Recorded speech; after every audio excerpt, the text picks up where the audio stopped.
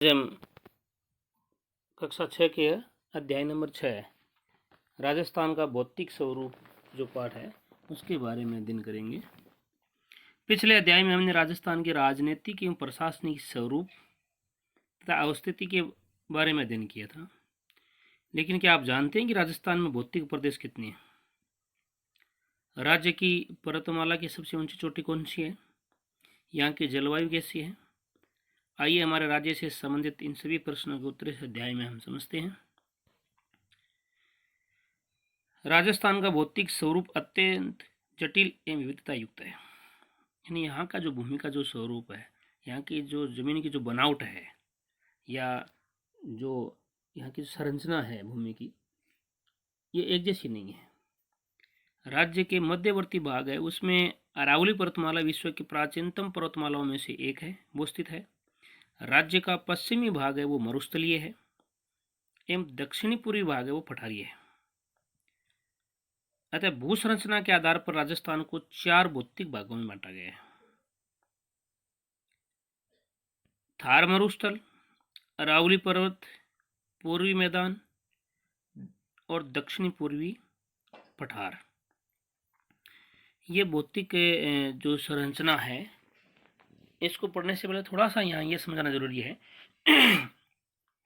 कि राजस्थान के अंदर ये जो संरचनाएं हैं भूमि की, उससे पहले जो ये भूमि की जो संरचना है, कैसे ये संरचनाएं बनती हैं, कैसे ये संरचनाओं को पठार कहते हैं, मैदान कैसे संरचनाओं कहते हैं, पर्वत क्या होता है, तो ये संरचनाएं हैं, ये प्रकृति के अंदर है, बनती रहती हैं।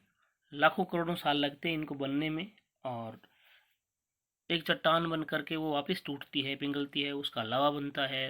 इनसे संबंधित पाठ है वो कक्षा 7 के अंदर है, उन पर वहाँ अपन और ज़्यादा चर्चा करेंगे कक्षा 7 के अंदर कि ये कैसे कैसे बनते हैं।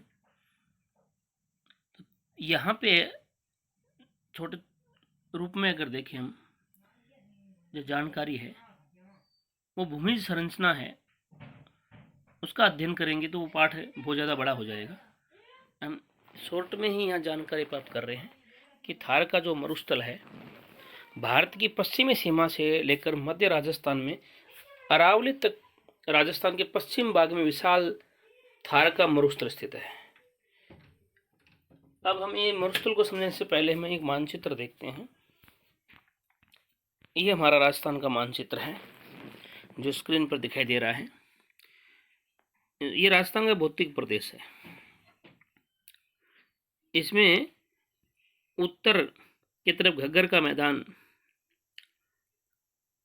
और उसके साइड के अंदर है, नीचे की तरफ दक्षिण की तरफ जैसे भी आएंगे तो ये पूरा इलाका है जो मरुस्थली है, और उसके बीच में बालू का स्तूप मुक्त प्रदेश है, यानी वहाँ टीले नहीं है। ये स्थान है वो दिखाया गया है राजस्थान के अपने मानचित्र के अंदर। मैं थोड़ा सा मार्क कर रहा हूँ इसको, कोशिश। ये स्थान है वो घग्गर का मैदान है, और इधर ये मरुस्थल लिखा हुआ है।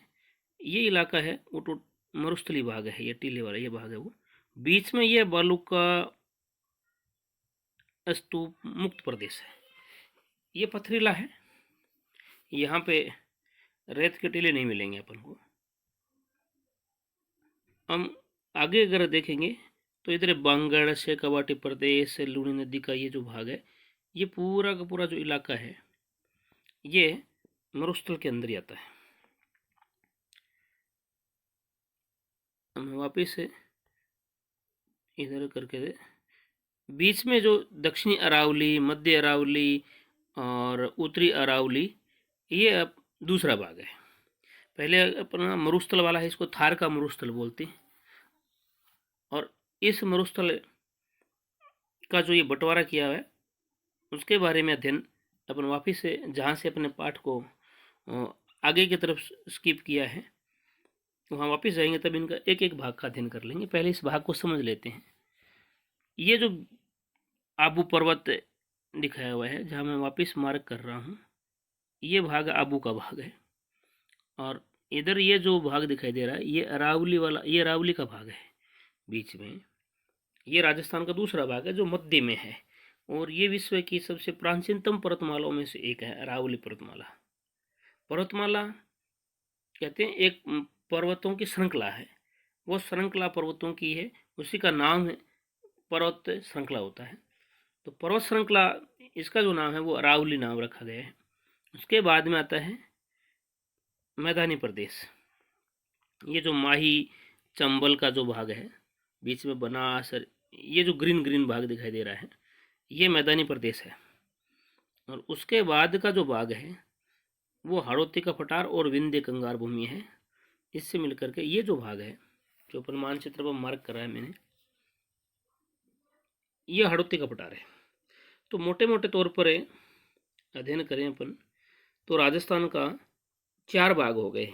एक थार का मरुस्थल हो गया, और दूसरा जो भाग है वो हो गया अरावली वाला, तीसरा हो गया भौतिक प्रदेश के अंदर मैदानी भाग है, चौथा हो गया हाड़ौती का पठार। अपन एक एक को करके और अध्ययन करेंगे। तो सबसे पहले थार का मरुस्थल। भारत की पश्चिमी सीमा से लेकर मध्य राजस्थान में अरावली तक राजस्थान के पश्चिमी भाग में विशाल थार का मरुस्थल है। ये राज्य के 12 जिलों में लगभग 61% भाग पे फैला हुआ है। यहाँ से बहुत सारे बार आरपीसी के जो एग्जाम है उनमें ये पूछा जाता है कि राजस्थान का मरुस्थल कितने जिलों में है, तो 12 जिले, कितने प्रतिशत भाग पे है, 61% भाग पे है। यहाँ राजस्थान की लगभग 40% जनसंख्या निवास करती है। ये भी प्रश्न पूछा गया है कि राजस्थान की कितने प्रतिशत जनसंख्या मरुस्थल में निवास करती है, तो 60% जनसंख्या मरुस्थल में, थार का जो मरुस्थल है उसमें, राजस्थान का जो भाग है उसमें जनसंख्या निवास करती है। यह मरुस्थल विश्व के अन्य जो भी मरुस्थल हैं, विश्व के मानचित्र पर देखेंगे तो और भी बहुत सारे मरुस्थल हैं। उन मरुस्थलों में जनसंख्या के मामले में यहाँ सबसे ज़्यादा लोग रहते हैं, जनघनत्व है वो ज़्यादा है। जनघनत्व मतलब 1 वर्ग किलोमीटर के अंदर लोग कितने रहते हैं, वहाँ जनता है, उनका बसावट है वो विरल है या सघन है, तो उनके आधार पर यह निर्णय किया जाता है। तो यहाँ का जनघनत्व है वो बहुत ज़्यादा है विश्व के अन्य मरुस्थलों की बजाय। यहाँ पशु भी बहुत ज़्यादा है, तो पशु घनत्व भी ज़्यादा होगा। यहाँ वर्षा भी ज़्यादा होती है अन्य मरुस्थलों की बजाय। खनिज विविधता, खनिज वो पदार्थ, वस्तु या जमीन में से उपयोगी पदार्थ जो तरल में भी हो सकता है, गैस में भी हो सकता है, द्रव में भी हो सकता है, ठोस कठोर, ये जो अवस्थाएं हैं, यानी जमीन में से निकाल कर उपयोगी पदार्थ जिनसे हमारी आवश्यकता की पूर्ति होती है वो खनिज कहलाता है। तो यहाँ पे खनिज भी अलग अलग प्रकार के पाए जाते हैं। तो खनिजों की विविधता है वो भी है यहाँ। वनस्पति, कृषि, सिंचाई के यहाँ साधन, सर्वाधिक जैव विविधता, यानी यहाँ जो जीवों के अलग अलग जो प्रजातियाँ हैं, जैव विविधता है यहाँ के, वो भी बहुत ज़्यादा है। सर्वाधिक जैव विविधता है विश्व के सभी मरुस्थलों से। इसमें विश्व का सबसे धनी मरुस्थल कहलाता है ये। बाड़मेर, जैसलमेर, बीकानेर में स्थित रेतीले मरुस्थलीय भाग को भारतीय महामरुस्थल, ग्रेट इंडियन डेजर्ट कहा जाता है। यानी भारतीय महामरुस्थल है। मरुस्थल के अंदर जो सबसे विषम परिस्थिति कह सकते हैं हम, सबसे कठिन रहने के आवास की अगर बात करें तो वो ये बाड़मेर, जैसलमेर, बीकानेर वाले जो रेतीले टीले है, टीले वाली भूमि है, वो ग्रेट इंडियन डेजर्ट कहलाती है। इस क्षेत्र में रेतीली मिट्टी व रेत के टीले पाए जाते हैं जो हवा के साथ अपना स्थान बदल लेते हैं। हवा चलती है तो धूल उड़ जाती है, तो टीला है वो कट करके दूसरी जगह स्थानांतरित हो जाता है। और इन्हें बालू का स्तूप या स्थानीय भाषा में, यहाँ की लोकल जो भाषा है मारवाड़ी, उसमें यहाँ धोरे कहते हैं उनको। थार के मरुस्थल को धरातलीय विशेषताओं के आधार पर मरुभूमि, घग्गर नदी का जो मैदान है, इनके बारे में भी नदियों वाले पाठ में और ज़्यादा पढ़ेंगे। घग्गर का मैदानी भाग, अर्ध मरुस्थलीय भाग, नागौर की उच्च भूमि, अंतः प्रवाही प्रदेशों में व्यक्त किया गया है। यह यहाँ जानकारी दी गई है कि ये जो मरुस्थल है इसको अगर बांटेंगे अपन तो अपन मरुस्थल में मरुभूमि करेंगे, उसके बाद घग्गर का मैदानी भाग करेंगे, उसके बाद अर्ध मरुस्थलीय भाग में नागौर की उच्च भूमि, अंतः प्रवाही प्रदेश, जहाँ अंतः प्रवाही ये नदियों के आधार पर है। नदियाँ जहाँ पानी है वो पहाड़ों से नदियाँ निकलती हैं, वहाँ से पानी लेकर के बहती हैं और मरुस्थल के अंदर जाकर के वो अपना पानी है वो आगे समुद्र तक नहीं ले जा पाती हैं, वहीं पे वो पानी है वो सूख जाता है।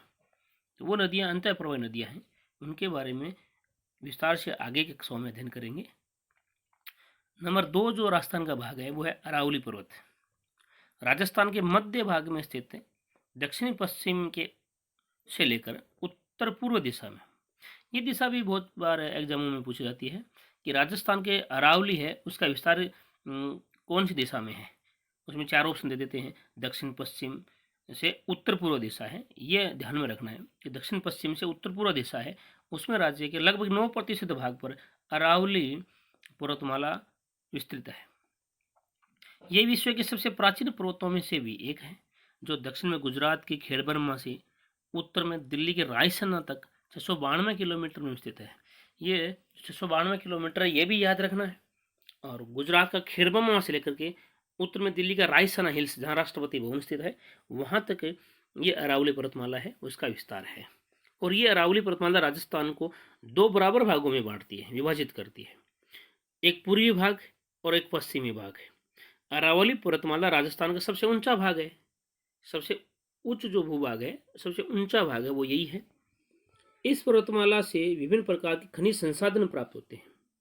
खनिज मैंने पहले भी बताया था, ये न जमीन में से खोद कर निकाले जाने वाला उपयोगी पदार्थ है, चाहे वो तरल में हो, चाहे ठोस में हो, चाहे गैस में हो, जो हमारी आवश्यकता की पूर्ति करते हैं, तो वो संसाधन कहलाते हैं। तो जमीन में से निकाले जाने वाले खनिज अगर वो हमारी आवश्यकता की पूर्ति कर रहे हैं, इंसान की आवश्यकता की पूर्ति कर रहे हैं विशेष तौर से, तो उसको संसाधन कहते हैं।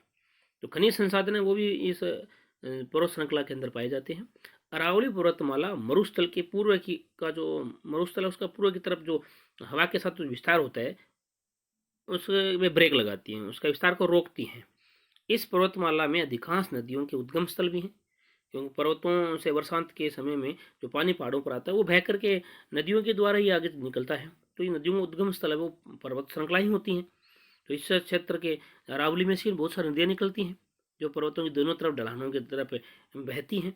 इस क्षेत्र में विभिन्न प्रकार की वनस्पति, वन्य जीव, जड़ी बूटियाँ पाई जाती हैं। अरावली पर्वतमाला मानसून को रोककर पूर्वी एवं दक्षिणी राजस्थान में वर्षा करती है।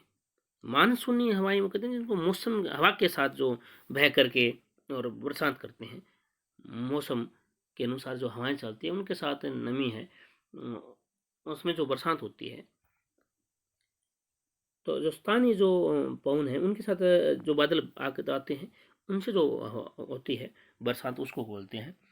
तो रोककर पूर्वी और दक्षिण राजस्थान में वर्षा करते हैं। इन्हीं कारणों से अरावली को राजस्थान की जीवन रेखा कहा जाता है। बहुत सारे लोगों का जीवन यापन है वो अरावली से निकलने वाली नदियों हैं उनके पानी से ही होता है, इसलिए इसको राजस्थान की जीवन रेखा कहा जाता है। राजस्थान में अरावली पर्वतमाला या उसके सबसे ऊंचे पर्वत चोटी है उसके बारे में परीक्षा में पूछा जाता है, तो उसका नाम है गुरु शिखर।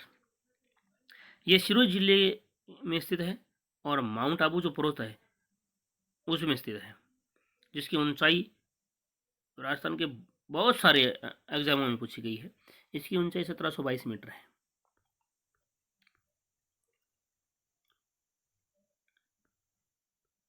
उसके बाद में अगला भाग है पूर्वी मैदान भाग, और जिसका अपने मानचित्र में देखा था मैदानी भाग है। राजस्थान का पूर्व मैदानी भाग है, उसमें अलग अलग बड़े कक्षाओं में जाएंगे, आगे की तरफ पढ़ाएंगे।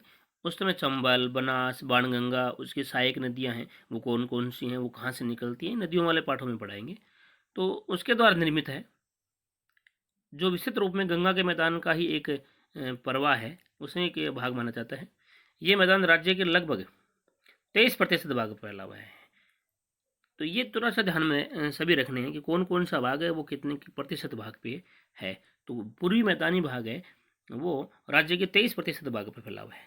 चंबल नदी के आसपास है, कोटा से लेकर धौलपुर तक का जो क्षेत्र है, ये क्षेत्र चंबल नदी है उसके भाव के कारण उबड़ खाबड़ हो गया, यानी इसमें कटाव बहुत ज़्यादा हो गया नदी के बहाव के कारण, पानी के बहाव के कारण। तो एक नाली अपर्दन यानी ये जो नाला बह करके आ रहा है चंबल नदी का, उसके कारण अत्यधिक उबड़ खाबड़ हो गया है। राजस्थान के सबसे उपजाऊ एवं सर्वाधिक जन घनत्व वाले इस क्षेत्र में राजस्थान की लगभग 40% जनसंख्या है वो निवास करती है। तो यहाँ राजस्थान के 40% लोग 23% भाग पर रहते हैं राजस्थान के दक्षिणी भाग में बांसवाड़ा प्रतापगढ़ जिलों में माही नदी जो मध्य प्रदेश से निकल कर आती है और उसके सहायक नदियों द्वारा ये निर्मित कुछ मैदानी भाग है जिन्हें माही के मैदान के रूप में जाना जाता है।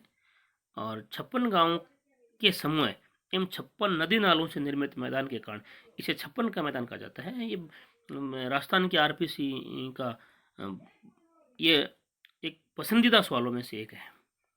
काफ़ी एग्जामों में बार बार ये रिपीट होता है। तो 56 के मैदान है वो राजस्थान का दक्षिणी भाग है जब प्रतापगढ़ और बांसवाड़ा जिले हैं उनमें माही नदी के और उसके सहायक नदियों के द्वारा बना हुआ मैदान है।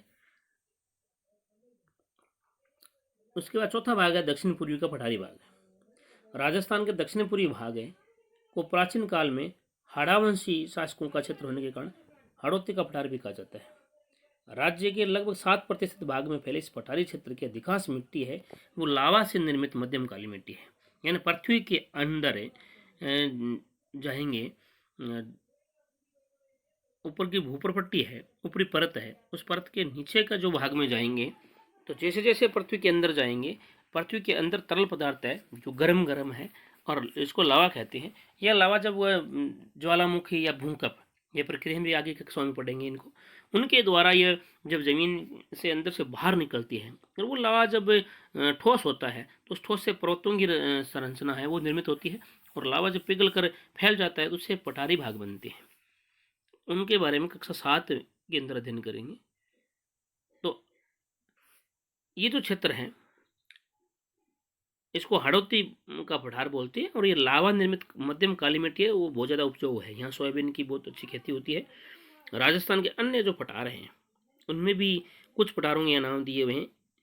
इनका विशेष तौर से जो आरपीसी की तैयारी करने वाले हैं वो ध्यान रखें। सिरोही में स्थित उड़िया एवं अबू, उदयपुर राजसमंद में स्थित बुराट का पठार, चित्तौड़गढ़ में स्थित मेसा, चित्तौड़गढ़ में भीलवाड़ा जिलों के जो पूर्वी भाग है उसमें स्थित उपरमाल और उदयपुर और प्रतापगढ़ स्थित लसाड़िया का पठार है। ये राजस्थान का जो मानचित्र है उनको अगर देखेंगे राजस्थान का भौतिक मानचित्र है उसमें ये अपन को पढ़ने में थोड़ी आसानी रहेगी। कक्षाओं में तो हम उनको दिखा देते हैं कि ये यहाँ स्थित है। तो यहाँ पर हम ऑनलाइन टीचिंग के अंदर कि बुक्स जो पढ़ा रहे हैं उसमें तो हम इतना देख सकते हैं कि उससे थोड़ी सहायता और ले लीजिए आप। जलवायु एवं ऋतु चक्र, राजस्थान की जलवायु पर मानसून का स्पष्ट प्रभाव है। प्रदेश की अक्षांशीय स्थिति और भारतीय उपमहाद्वीप में उत्तर पश्चिम स्थिति, समुद्र से दूरी, अरावली पर्वत की स्थिति, प्रदेश के विस्तार के कारण राजस्थान देश का एकमात्र प्रदेश है जहाँ 5 प्रकार की जलवायु परिस्थितियां उपलब्ध है। एक होता है मौसम और एक होती है जलवायु। समय है जो दिन की जो अवधि है उसमें अगर कम समय की अवधि में अपन देखेंगे कि बाहर का जो हमारे चारों तरफ जो वातावरण है उस वातावरण में तापमान, नमी, उसके अंदर वायुदाब की स्थिति कैसी है। अगर कम समय की स्थिति को अगर हम अध्ययन कर रहे हैं तो वो मौसम होता है। और 20 साल 30 साल कम से कम 30 साल की अवधि तक के 24 घंटे की जो अवधि है उसमें औसत अगर मौसम है वो कैसा रहता है, औसत मौसम 30 साल की अवधि का, तो हम उसको कहते हैं जलवायु। तो राजस्थान की जलवायु और यहाँ के जो ऋतुएं हैं उनका चक्कर, कितनी ऋतुएं हैं यहाँ वो पाई जाती हैं। तो यहाँ 5 प्रकार की जलवायु परिस्थितियाँ हैं वो हमारे उपलब्ध हैं। यहाँ राज्य के पश्चिम में लगभग 61% भाग है वो एकदम सूखा है, शुष्क है, वहाँ पानी की बहुत ज़्यादा कमी है। और अर्ध शुष्क मरुस्थलीय जलवायु भी है, उसमें शुष्क और शुष्क 2 भागों की जलवायु है। वहीं अरावली के पूर्व में जयपुर एवं उत्तरी पूर्वी जिलों में उप आर्द्र जलवायु है। आर्द्र बहुत ज़्यादा नमी होती है, उप आर्द्र जहाँ कुछ शुष्क होता है कुछ नमी मिक्स दोनों की मात्रा है वो होती है। उप आर्द्र जलवायु सवाई माधोपुर से लेकर जयपुर तक आर्द्र जलवायु, दक्षिण में बांसवाड़ा एवं दक्षिण पूर्व के झालावाड़ जिलों में अति आर्द्र जलवायु पाई जाती है। यहाँ औसत वार्षिक वर्षा लगभग 100 सेंटीमीटर होती है। झालावाड़ में जलवायु की औसत अवस्थाओं के आधार पर यह कहा जा सकता है कि राजस्थान भारत के अन्य प्रदेशों की तुलना में अधिक शुष्क है। अब हम ये जो अध्ययन किया है शुष्क, अर्ध शुष्क, आर्द्र, उप आर्द्र, इनके बारे में थोड़ा सा आगे अति आर्द्र, ये 5 प्रकार के थे। शुष्क, अर्ध शुष्क, उप आर्द्र, आर्द्र, अति आर्द्र, ये 5 प्रकार की जलवायु है। तो इनका थोड़ा मानचित्र में अपन थोड़ा सा अध्ययन कर लेते हैं। ये मानचित्र की संरचना है। इस मानचित्र में ये वर्षा रेखाएं हैं 20 से 30 सेंटीमीटर की, और अलग अलग इसमें ये रेखाएं दिखाई गई हैं सब। जैसे ये 20 डिग्री की दिखाई हुई है, 20 सेंटीमीटर जो वर्षा होती है, ये 30 सेंटीमीटर की दिखाई हुई है। तो ये जो शुष्क अर्ध शुष्क वाले भाग हैं उनके बारे में अलग अलग इस चित्र के अंदर दिखाया हुआ है कि यहाँ कौन कौन सी वर्षा रेखा है, वो यहाँ कितनी कितनी हो रही है। ये जो झालावाड़ वाला ये जो इलाका है, ये वाला भाग, यहाँ सबसे ज़्यादा बरसात होती है राजस्थान की। यहाँ जो जलवायु पाई जाती है वो अति आर्द्र है।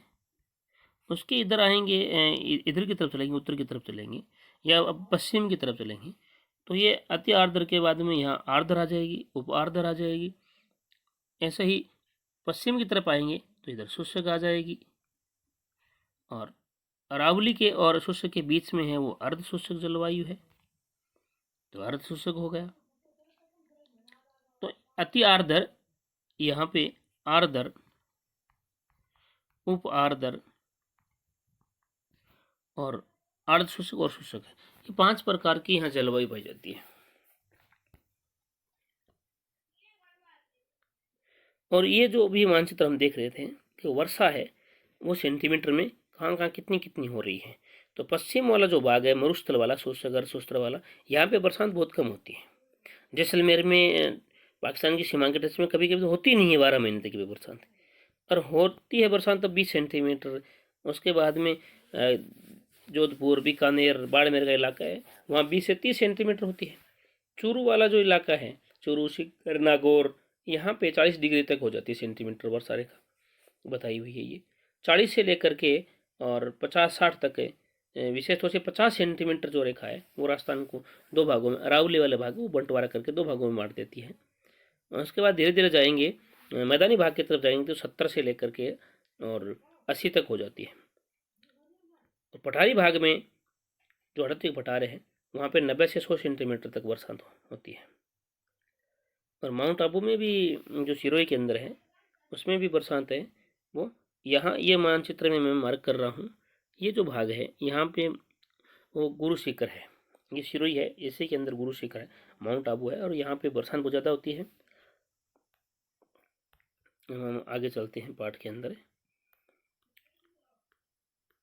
जैसा कि आप जानते हैं कि राजस्थान मुख्यतः 3 ऋतुएं पाई जाती हैं, यानी जो मौसम की जो विशेष तौर से जो परिस्थितियां हैं, कैसी कंडीशन बनती है यहाँ पे मौसम की, किन किन समय में कैसा कैसा मौसम रहता है, तो 2-3 महीने तक एक जैसी मौसम की अवस्थाएं हैं वो रहती हैं।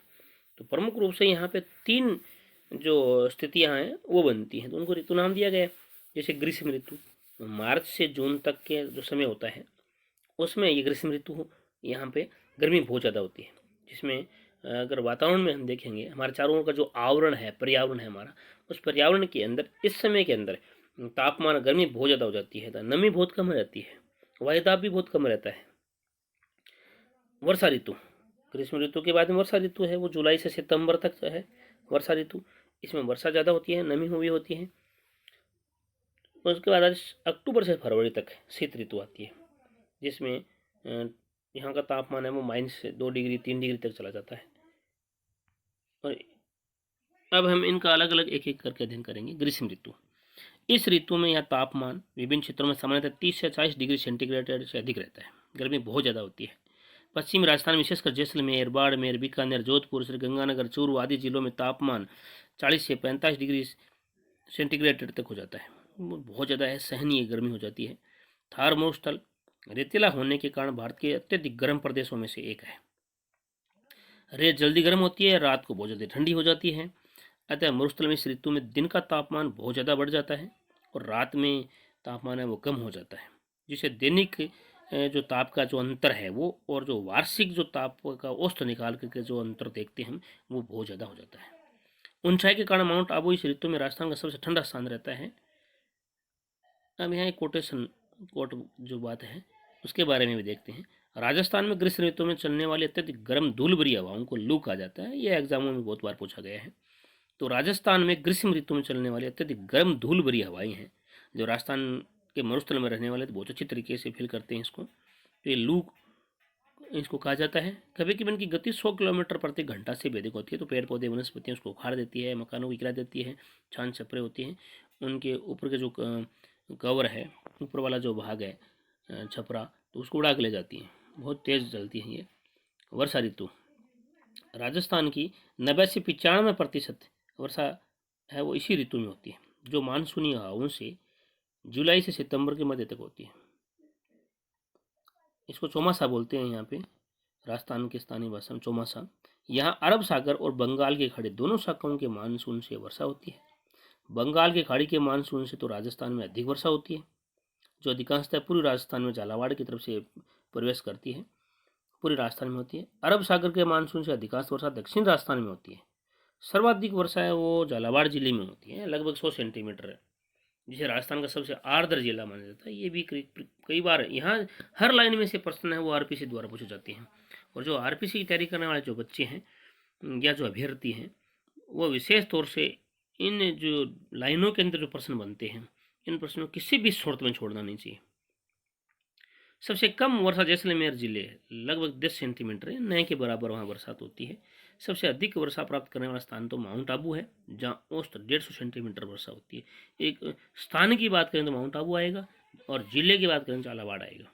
राजस्थान के दक्षिण पूर्वी भाग से उत्तरी पश्चिम भाग की ओर वर्षा लगातार कम हो जाती है। राजस्थान के दक्षिणी पूर्वी भाग है जो झालावाड़ वाला जिला है, वहाँ से अगर हम उत्तर पश्चिम की तरफ चलेंगे, जैसलमेर की तरफ चलेंगे, तो वर्षा है वो धीरे धीरे कम होती जाती है। अरावली के पूर्व में 50 सेंटीमीटर से अधिक और पश्चिम में 50 सेंटीमीटर से कम वर्षा होती है। यानी ये वर्षा रेखा है 50 सेंटीमीटर जो वर्षा रेखा है, ये रेखा राजस्थान को दो भागों में बांटती है। शीत ऋतु राजस्थान में शीत ऋतु में तापमान धीरे धीरे कम होता जाता है और सर्दी बढ़ जाती है। पश्चिमी राजस्थान में रेत के अत्यधिक ठंडे हो जाने से तापमान है वो 0 डिग्री सेंटीग्रेड है, बर्फ जम जाती है। यहाँ कुछ स्थानों पर इससे भी कम हो जाता है, 3 डिग्री 4 डिग्री। चूरू तो बहुत ज़्यादा प्रसिद्ध है। ऊंचाई के कारण ही इस ऋतु में माउंट आबू राजस्थान में सबसे अधिक ठंडा रहता है। इस ऋतु में आकाश साफ रहता है, मंद मंद गति से पवन चलती है और दाब है वो बहुत ज़्यादा हो जाता है। उत्तर भारत से आने वाले शीत लहर के प्रभाव से यह ठंड बहुत ज़्यादा हो जाती है, कोहरा भी छा जाता है। और इसी समय भारत में शीत ऋतु में होने वाली वर्षा को माउट कहते हैं। ये माउट है वो शीत ऋतु के अंदर पश्चिमी जो विक्षोभ होते हैं, यानी भूमध्य सागर है, उसके ऊपर से जब हवाएं आती हैं तो भूमध्य सागर है कि पश्चिम से आने वाली हवाएं हैं वो भूमध्य सागर के ऊपर से जब गुजरती हैं तो भूमध्य सागर से नमी है वो लेकर के, और आगे वाला जो विभाग है भूमध्य सागर से लेकर के हमारा राजस्थान और भारत तक, ये बीच वाला भाग है, इसमें जो वर्षाएं करती हैं तो इसको माउट बोलते हैं।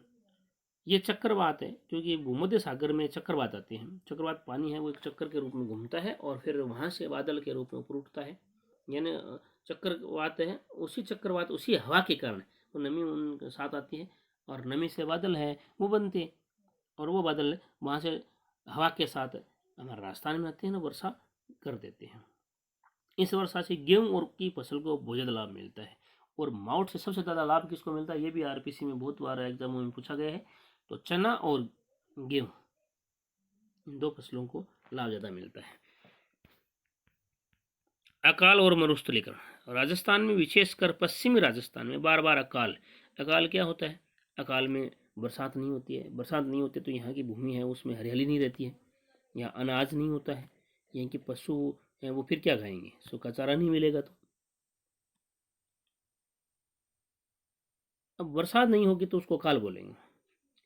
और इसका कारण है वर्षा का सामयिक, अपर्याप्त, अनिश्चित, अनियमित होना। यानी कोई निश्चित नहीं है, अनियमित है बरसात। इसके कारण पशु पक्षियों के लिए चारा पानी, मनुष्य के अनाज, पीने के पानी की कमी हो जाती है, जिसे अकाल कहते हैं। कम वर्षा यहाँ की जलवायु को प्राकृतिक स्वभाव है। यहाँ की जो जलवायु है इसमें यह है कि यहाँ बरसात बहुत कम होती है, लेकिन मानवीय स्वार्थों ने जिस तरह से विवेकहीन यानी बिना बुद्धि के ढंग से यहाँ के वन हैं उनकी कटाई की है। भूमिगत जल है उसका बहुत ज़्यादा दोहन किया जा रहा है। पारंपरिक जल संसाधन का जो प्रबंधन था उसकी हमने उपेक्षा कर दी है, कोई महत्व नहीं दिया है। सरकार कुछ प्रयास जरूर कर रही है जिसका प्रतिकूल प्रभाव प्रदेश के आर्थिक और सामाजिक जीवन पर पड़ता है। भौतिक दशाओं और मानवीय कार्यों द्वारा जब जब उपजाऊ भूमि बंजर और रेतीली मिट्टी में बदल जाती है तो उसकी जगह को मरुस्थलीकरण कहते हैं।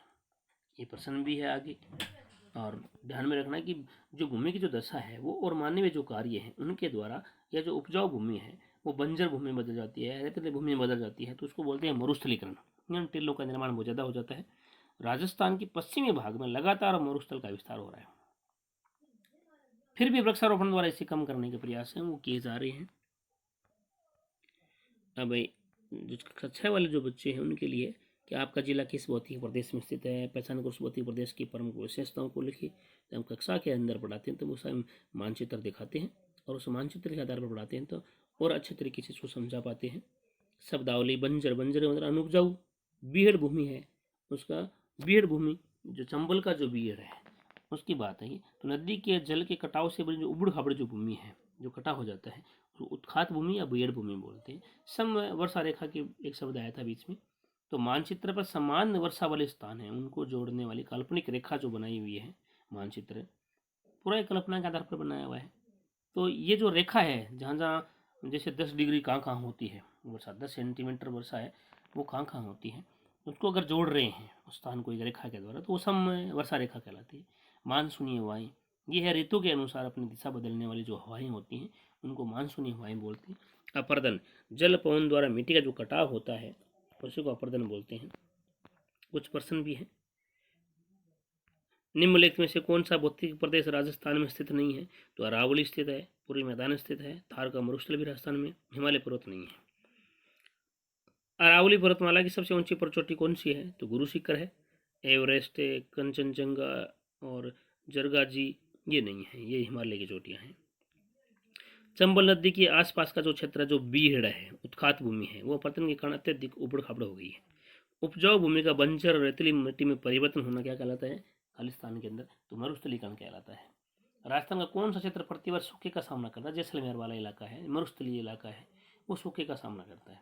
माउट है वो पश्चिमी विक्षोभ यानी पश्चिम की दिशा की तरफ से जो हवाएं चलती हैं वो भूमध्य सागर को पार करके हमारा राजस्थान में प्रवेश करती हैं, तो वो साथ में जो नमी लेके आती है उससे जो यहाँ बरसात होती है वो माउट कहलाती है। लघुत्रात्मक प्रश्न है। राजस्थान के भौतिक प्रदेशों के नाम लिखते हुए उनके प्रमुख विशेषता, तो जो 4 भौतिक प्रदेश है उनके नाम लिख लो और उनकी जो क्या क्या उनमें विशेषता है, कैसी उनमें वनस्पति पाई जाती है, वहाँ की संरचना क्या है, जिनके बारे में अध्ययन किया है और आगे की कक्षा में और ज़्यादा इनके बारे में विस्तार से अध्ययन करेंगे। राजस्थान के प्रमुख ऋतुओं का भी वर्णन करो, तो तीनों ऋतु हैं अपने, वर्षा ऋतु और शीत ऋतु, ग्रीष्म ऋतु, इन तीनों ऋतुओं के बारे में अध्ययन किया था।